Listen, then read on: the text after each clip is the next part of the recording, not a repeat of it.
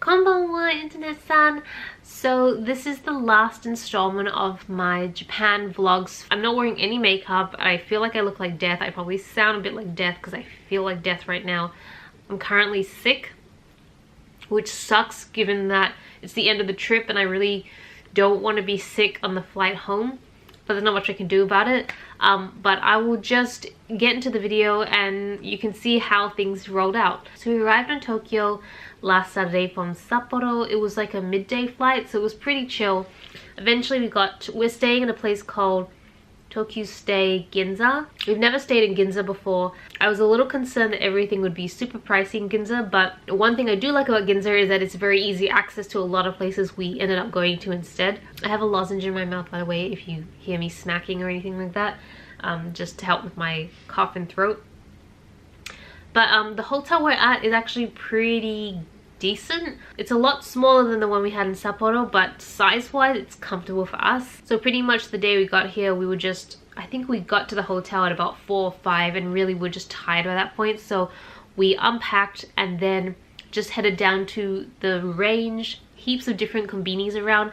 So we just got dinner and relaxed. Next day, being a Sunday, we decided, since we've been to Japan so many times but we've never really explored Ginza before, so we decided to explore it, just see what was around. We had managed to go to this place that served parfait in these like little Japanese sand garden boxes. It's so cute.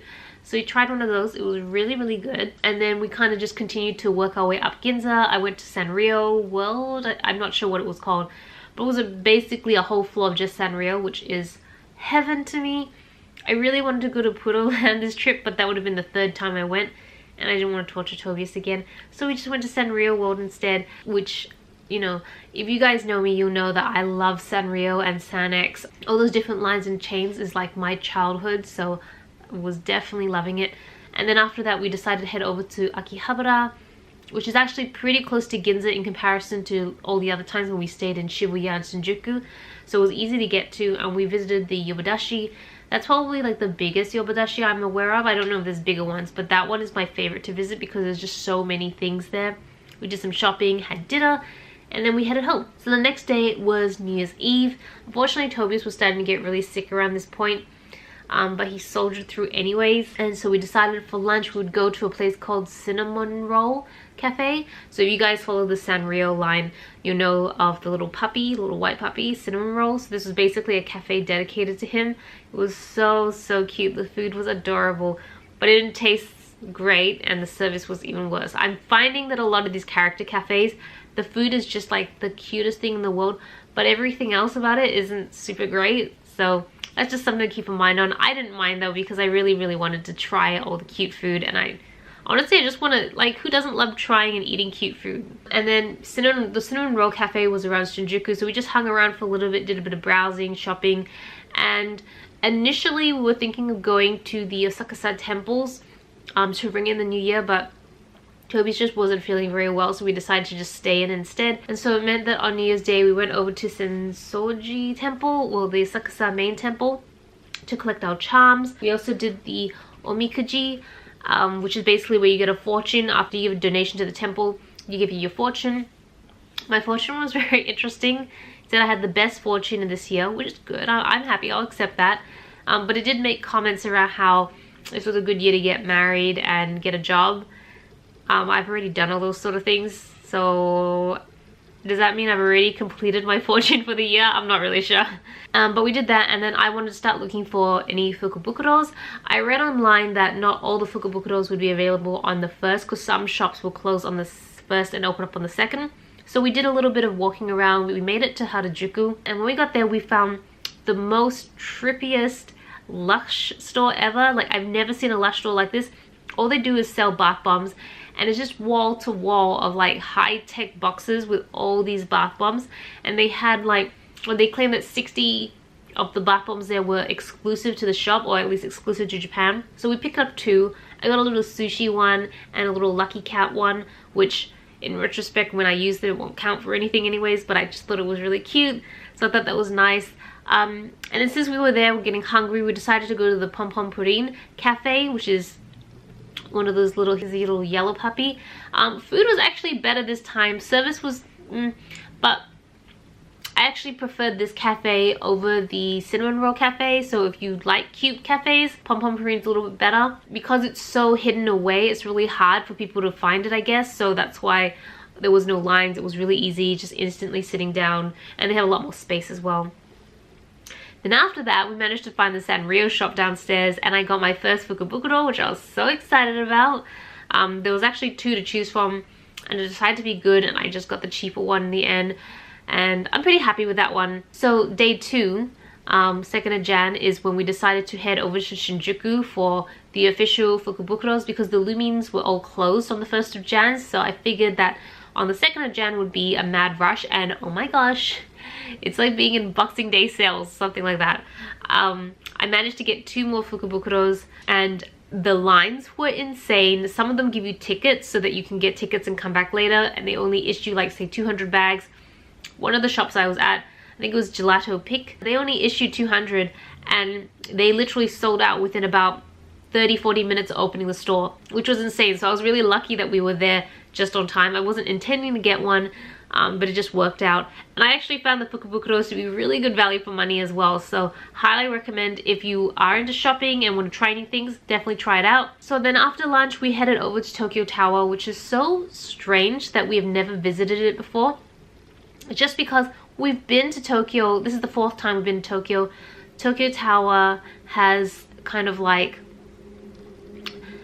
some meaning in it for me, just because I cosplayed a character called Shido Hikaru, who I love. I love her so much. Hikaru, Fu, and Umi, who are like the 3 main magic knights from Magical Knight Wraith, actually were transported in Tokyo Tower. So I've always wanted to go there, but it always kept getting put off because I read a lot of reviews saying that it's not as good to go there. If you want to see a view of the city, you should go to Skytree. So we just never made it a priority. Well, this time we ended up going. We didn't go into Tokyo Tower, so maybe that's what we're going to do on the 5th trip. But we took a lot of photos outside, and it was really, really pretty, especially when it lit up at night. And then we came to yesterday when I got really sick, unfortunately, which is, I don't know if you can see here, I'm just struggling. I wasn't sure if I was going to film this video today because talking just really makes me feel crappy afterwards, but I felt like I really wanted to my voice is going, but I felt like I really wanted to film this video whilst I was still in Tokyo because everything's still fresh in my mind, and I'm sure you can just put up with my sickly voice.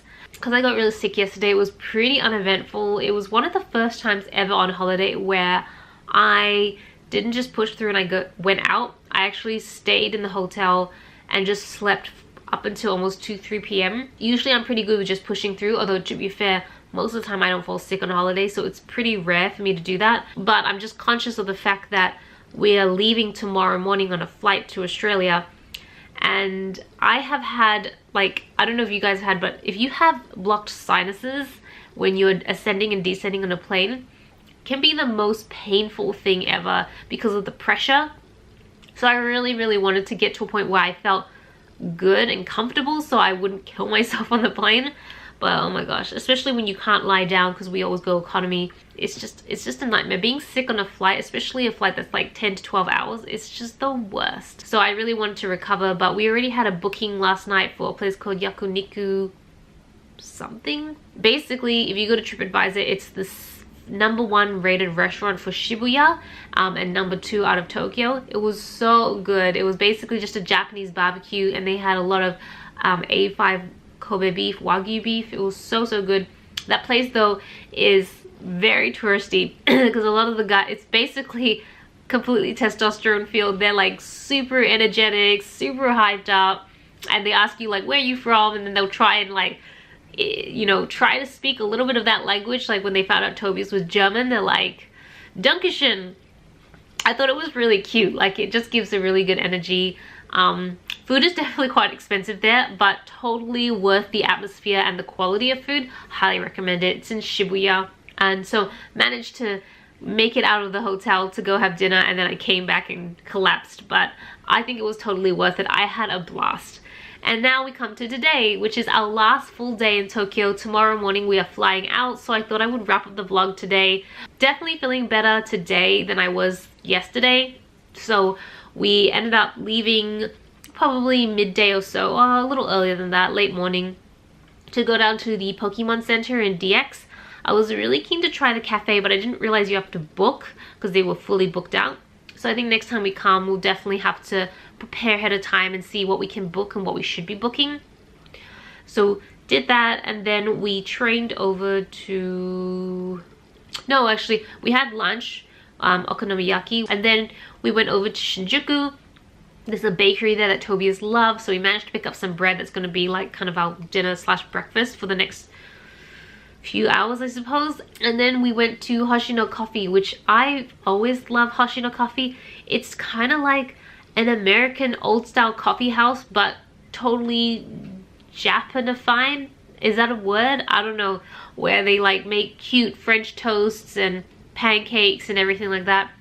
The menu definitely has changed. We were here last year on April, well not last year actually, 2017 in April.